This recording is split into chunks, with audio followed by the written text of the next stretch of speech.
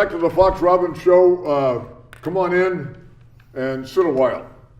Relax, this isn't going to hurt. Much. We're going to talk about the rise and fall of restaurant chains, because that's a follow-up to a couple of episodes that we did about restaurants being more sensitive to customer taste and ideas and marketing and so forth. But here we're gonna talk about specific, focus in on specific cases, and we're gonna call this, do you remember these defunct restaurant chains? Unfortunately, I remember some of them. This is the Fox Robbins Business Show, all about small entrepreneurship and small business. And I'm the co-host. I'm Bill Fox, but the other co-host, this is a guy that you have to watch, because they say over and over again that he's remarkable. Yeah. They also say that he's notorious. I don't know, is that good or more bad? Notorious than remarkable? And he's also known as being exquisite. Oh, I like that, exquisite, like a diamond in the rough. Right? Coach, do you remember these defunct restaurant chains? I remember some of them. Yeah, as a matter of fact, I know they're defunct too, and I know why. But we're gonna lean on the coach, to reflect on both the success and failure, what goes on with the management, because these are a lot of coming and going here. Yep. In this business. Right. And take a look first at one that was quite well known, was, I think, nationwide, was Howard Johnson's. Absolutely, and they branded themselves very well back whenever they started, in the launched in the 1920s. Yeah, when you were just a kid, and and I mean they were all over the country. It says there were over 1,000 restaurants, and of course they developed their product offering to include motels at many of them. Yeah. And what usually happens is Howard Johnson's and his entourage, his inner circle, they did a great job at running these things and building these things. And I think you mentioned it, as the highway system developed. I think that was one thing. There's got to be a lot of businesses that keyed in on the escalation, the growth in automobiles and big highways, and people could travel great distances. Absolutely, and that's what they did. They had a very good location plan in place, a good market research, so they would put them in the right locations. Right. And of course, after a while, Howard Johnson's got old. I'm sure he got old. His team, retired, and they sold the company. They sold the biggest basic company. And as I say, what happens with a lot of these very successful brands is they're bought by corporations, private equity groups, and then they just drain it like a cash cow. They don't promote it, they don't put money into it, they don't repair the orange roofs, they don't upgrade the menu, they don't stay current, and they don't care, quite frankly, in my personal opinion. And all they're doing is draining it of cash.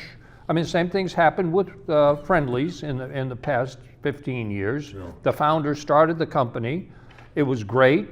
They sold the company because they were ready to retire, and the private company that bought it, the menu never changed. The locations started closing all over the place. They did nothing to market the thing. They just drained it of cash, right. And now they just flipped it again, and hopefully somebody just bought it and will start to build it up. It's like a cyclical thing.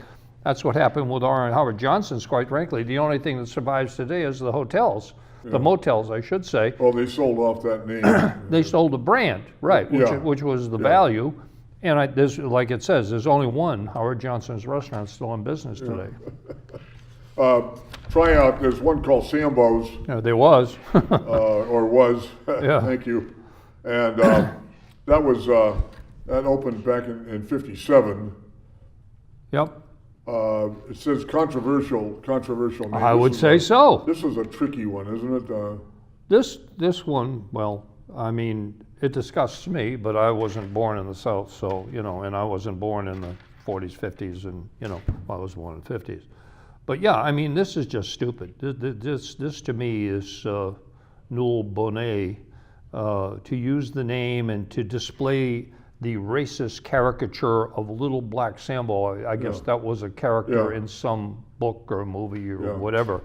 It was just, they had 1,000 locations at one time, but you know what?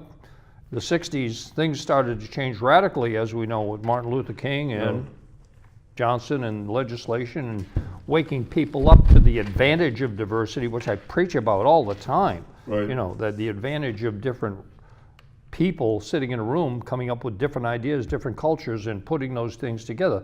It's an American competitive advantage, in my opinion, that we still haven't fully tapped, but we're getting to a point where we are going to be tapping it. And of course they closed, and most of them were sold off to Denny's. And this is just stupid. There's Sambos or a name. I mean, even Amazon originally was called Cadabra. I know, it sounds like cadaver, but for the first year or so, that was the name of the company, and he realized that's not a good name. He changed it to Amazon. He's doing okay. Yeah, even today with 125 billion still. His wife walked off with 35 billion, But, he realized Cadabra wasn't a good name. This is just, somebody along the line should realize this is not a good name moving into the 70s and 80s, and of course, they're gone, thank God. Speaking of name, the next one I'm going to ask you about is Kenny Rogers. He was a big profile, he was a huge singer. And again, we were talking before the show, and I'm saying to myself, why do these stars want to have a restaurant? You hit the nail on the head. Ego.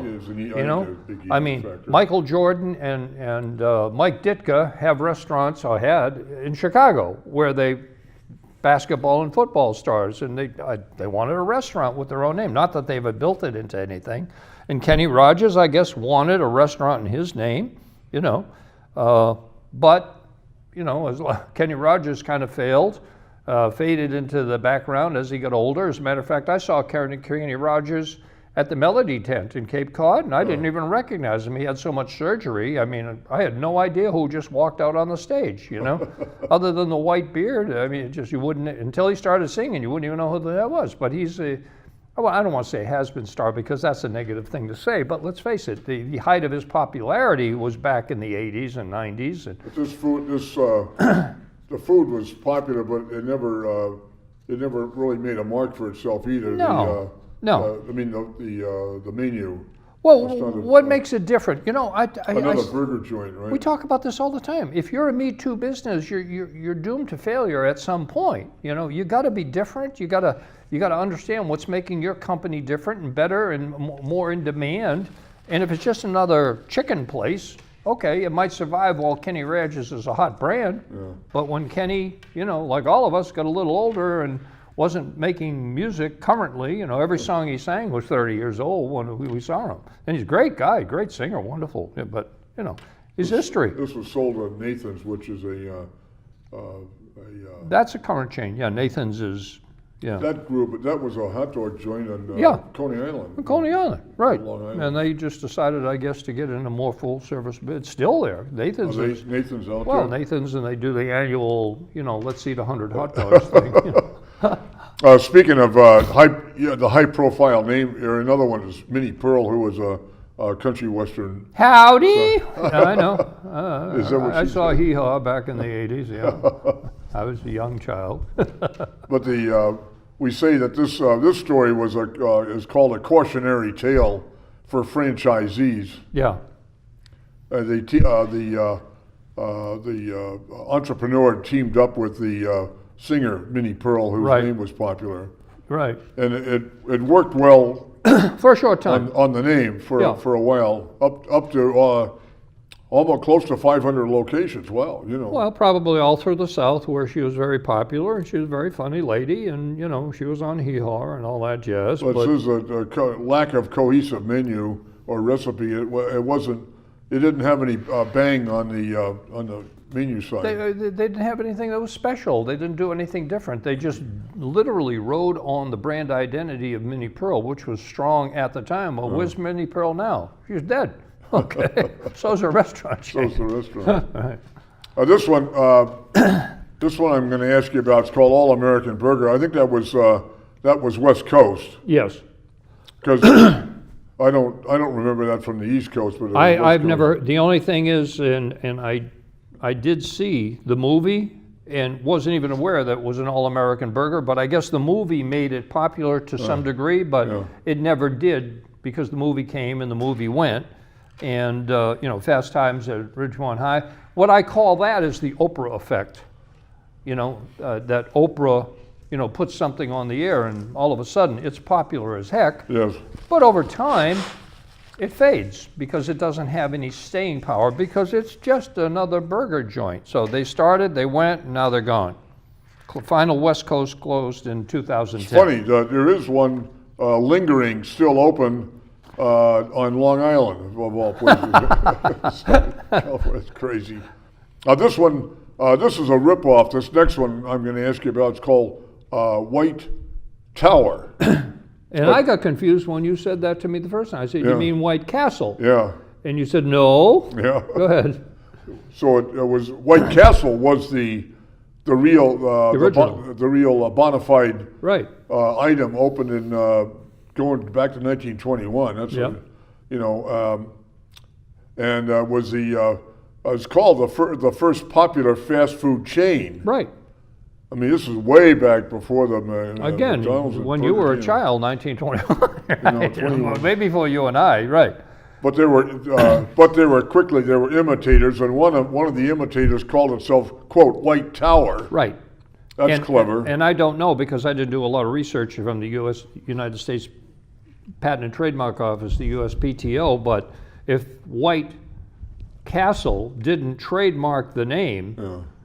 then they're going to get into a legal battle as to whether or not White Tower, has a right to use that name. And again, I don't know the legalities of what happened, but I do know they got into a real legal battle. It must have been a big lawsuit. I know that. And of course, when you get into a big lawsuit, you know who wins.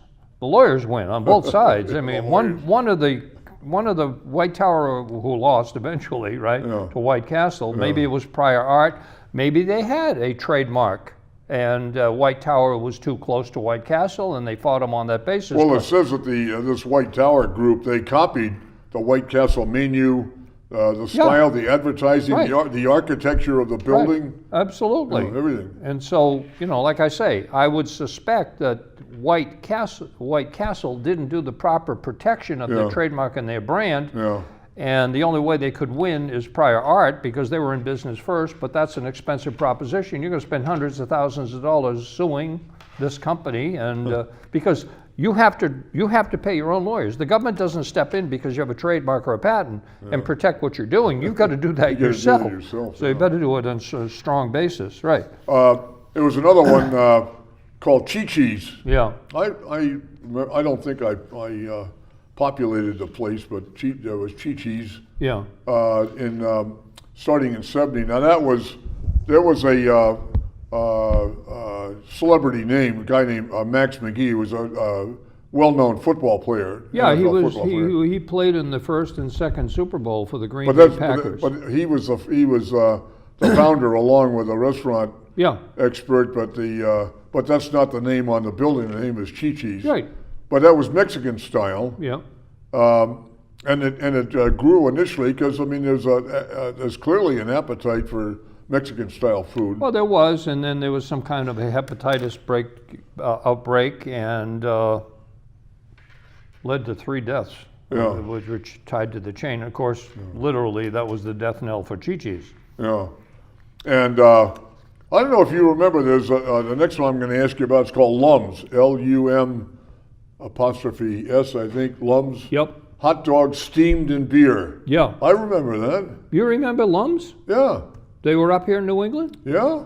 I remember Joe and Nemo's in Boston, which was steamed hot dogs, and I loved them. I mean, they were just, and I don't know about being steamed in beer, But eventually, again, they didn't keep up, and I don't know why hot dog chains don't tend to last. I mean, the American hot dog, it seems like it should be more American than a hamburger, but in fact, it's not. Yeah. As a matter of fact, the most popular food item in this country is pizza, which is Italian.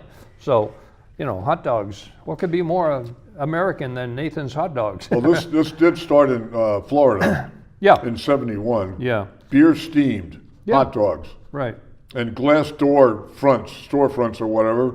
Yeah, up to- that was grew part of to their brand identity. 400 locations. That's pretty good. That's pretty good. But again, they wound up not paying attention to it, doing the marketing that they should do. Not a great management team, maybe, I'm just supposing. And they wound up selling it to KFC. But then KFC phased it out. It didn't keep the brand. No, because why KFC would ever buy Lum's Hot Dogs is beyond me. That's not KFC's core competence. I thought KFC good for chicken. Trying to push outside the envelope. Well, that's stupid, okay? Okay. Now, talk about steak. You know, that's how many steak places you ever heard about? This one called Steak and Ale. Did you ever hear of this one too? Yeah. You did. I don't know remember this Steak one, yeah. and Ale. And Chi-Chi, but they were maybe they were a little ahead of their time in a way. Steak and Ale introduced the idea of it was a cheap steak and a salad bar. Which is a good idea, yeah, right. You know, And I guess it says they fell victim to their own success. You know, again, they didn't promote, continue to invest the money maybe in their marketing that No. they should to Right. keep the brand up front, front of the mind type thinking. And the next thing you know, the company gets sold. But now, as I understand it, they do have a very good management team in place. How many times have I said this? I'd rather bet on a Class A team, even if it's a Class B idea, than a Class B team, even if it's a Class A idea, because somehow the Class A team's going to make it work. They're going to pivot and do what they have to do to make this business work because they know what the heck they're doing, right? But And this that didn't- looks like where Steak and Ale is going to be going. It looks like they're starting to grow again.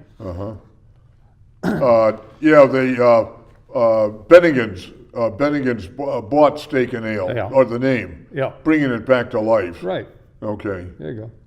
And another one I want to ask you about is one called Valley, V-A-L-L-E. Yeah, we used to eat at Valley Steakhouse in Braintree, I think it was, or Quincy. That was near up Boston. here in the northeast. Yeah, northeast, yep. And but it says in the history of this chain that it was a weak economy after the 70s and 80s gas crisis. Well, I don't know if they were counting on heavy traffic, people driving around. Yeah. They could be affected by the gas crisis, which Well, that was a 70s and 80s. short-lived crisis. I don't see that as the reason the place failed. Again, I see it as it just didn't have the legs. The management team didn't reinvest in branding it and keeping it going. It was a great steakhouse. I've been to Valley's. That one I've been to. But you know what? Wrong team, wrong time, move on. This was moving on to another football player, Gino's. Gino This Marchetti is Gino Marchetti, who was of the Baltimore Colts. Baltimore Colts, which Not went the to Cleveland. No, Indianapolis. The Oh, Colts went to Indianapolis. Excuse me. Yeah. The Browns was Cleveland went to Baltimore after, some time after, yeah. Yeah, Right. And then, of course, Cleveland missed their football team, started brand new. yeah. Right. Okay, all Yeah. right. You're right. It's confusing.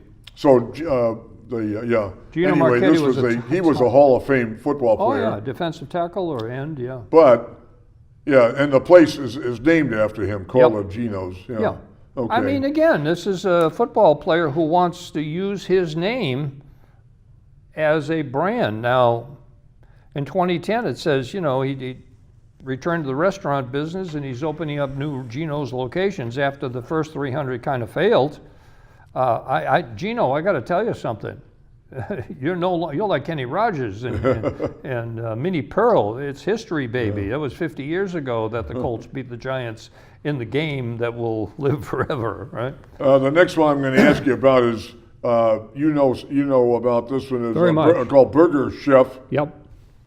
Burger Chef was a very large, if not the largest. I think they rivaled McDonald's long before Burger King, and they had over 1,000 locations. I happen to know of a guy who started Burger Chefs in Rhode Island. Yeah. But Burger Chef was a poorly run franchise. And again, it was not a Class A team running it. He converted all of his over to Burger King's over time because Burger King came on. And something that we were talking about before the show, I hit you with the only big word I know, which is oligopoly. Oligopolistic competition. You know, back in the, I guess, 40s, 50s, into the 60s, 70s, my era, there were 1,000 hamburger chains all vying for the top spot. And of course, now it's all like most markets, like the soda market, like I explained, Coke and Pepsi probably have 2/3 of the market. Sure. Well, now the biggest players in the fast food burger are McDonald's, number one, Burger King, number two, and Wendy's snuck in there as a number three. And all the rest are little chains and also-rans, and there's still hundreds of them, if not thousands of them, but they're not going to be able to break into the big time without a great team and good financing and marketing the heck out of it and being a little different. You think about McDonald's. What makes McDonald's different from Burger King?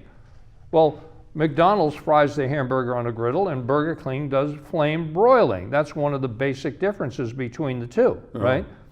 And then, therefore, what else could Wendy's do? Well, they came in with a square hamburger. I mean, just that simple. There's a square, the other's a round. So there's at least something that differentiates them. And then, of course, they continue to pump the investment into marketing and keep the brand front of the mind in people and continue to evolve. Quite frankly, their menus have evolved like Dunkin' Donuts' menu. They don't even want to call it Dunkin' Donuts anymore. They want to call it Dunkin's because they make, and Domino's Pizza, they don't want to be known as Domino's Pizza. They're moving forward. They've got subs, they've got all kinds of calzones and all kinds of other stuff. So now they're trying to rebrand themselves as Domino's, which is good because that's how you got to stay up with the times. There's another on the list here is Mr. Steak. Never heard of it. I know Mr. Steak. Yep. Says popular back in the 70s. Yeah, it says unfortunately they weren't juicy enough. In other words, if they was not, they had 300 located across the country because obviously there were 300 groups of people who wanted to buy this franchise. One of the biggest mistake I see in people who want to start a business but don't know how to start a business and are smart enough to want a franchise, because the franchise is going to hand you the business model. It'll show you how to run a business, which is that's one of the biggest reasons. But one of the bigger reasons you want to buy a franchise is you want brand identity known. If I start a McDonald's, which I can't because there's so many of them now, I mean, you know the name McDonald's. Did Mr. Steak, was it that well known countrywide? Well, apparently not, because it just died. Next one is, you said you remember Bob's Big Boy. Absolutely. I remember that giant plastic thing sitting at the Rotary there at Sagamore Rotary going on to Cape Cod. Yeah. And it was a Bob's Big Boy. And eventually, it failed in time. It didn't keep up to speed. They had double-decker burgers. Everybody's got double. You can get a double-decker burger at McDonald's and a Whopper at, whatever. But Bob's Big, but there's still 100 of them, but they did dwindle down. I suspect, I don't know for a fact, that, again, the big money corporation came in. The private equity people, they bought Bob Big Boy, they drained it, treated it as a cash cow, didn't pour a lot of money into promotion, didn't pour money into keeping the brand active, and slowly but surely the brand died off, and now there's 100 left, and they'll flip it to somebody else that maybe will start to build it up, and there's that cycle again. We put money into it, we make money, we build it, it's got 1,000, we sell the company, somebody comes in, buys it, doesn't pour money back into it, we go down to 100, now we sell the 100 that are remaining, but in the meantime, they made a lot of money. What about, I'm going to ask you about Bennigan's. Yep. Do you know Bennigan's? Yeah, I know Bennigan's. Again, there's still, in the West Coast, I guess, there's still some Bennigan's. And they were all over the Midwest, and I remember Bennigan's. I wasn't, It says casual dining. Yeah. And sports bar. Yeah. One of the first to do the dining plus sports bar, right? Right, and you got up here. You've got the 99, which started at 99 Causeway Street, right next to where the Celtics and the Bruins play in Boston, and now there's many of those. That's a local chain. And then nationally, you've got TGI Fridays, Yeah. and you've got Applebee's, and you've got Chili's, you know. So, you know, they're doing the same type of thing, right? This was sold, Bennigan's was sold several Again, times. It's been sold, it's filed gone bankruptcy. bankruptcy, you know, it's being treated as a cash cow. It's not really something that people are pouring money into to continue to build the brand, right? Well, then what about another one, Ponderosa? There's yet another steakhouse, Oh, absolutely. Ponderosa and Bonanza. Those are taken from the same TV show, aren't they? And what was Dun, it? dun, dun, dun, dun, dun, Dun, dun, dun, dun, dun, dun. dun. Yeah, I'm sure, you know, so they capitalized on that brand. I don't even know how they did it because the TV show was so popular. I guess the TV show didn't care. They were perpetuating the brand, and I didn't see where they were ever sued by the producers of Bonanza itself. But, you know, there's still 20 of them around the country. Owned by the same parent company, once numbered in the hundreds. Yeah. Today, maybe like 20 Right. left over. Again, they at didn't this pour point. money into it. I remember going, they had the neon sign out in front of one of them in Rhode Island we went to, and the N and the R were blacked out, so you read Podiposa. Well, I've got a few more on my list, Yep. but we'll do a couple of episodes on this and get your thoughts on the others. Okay. And for you guys, there'll be 2 episodes.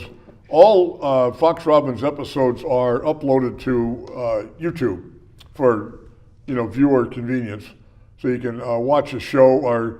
We have a library of shows, and you can pick and choose a topic that is of current interest and watch it, at your convenience or whatever. Just go to YouTube. At the top, the search box, type in one single word, Fox Robbins, FOXROBBINS, and click, and voila, there is the library, and pick and choose an episode that is that you would like to see and would be of current interest. And we will see you next time.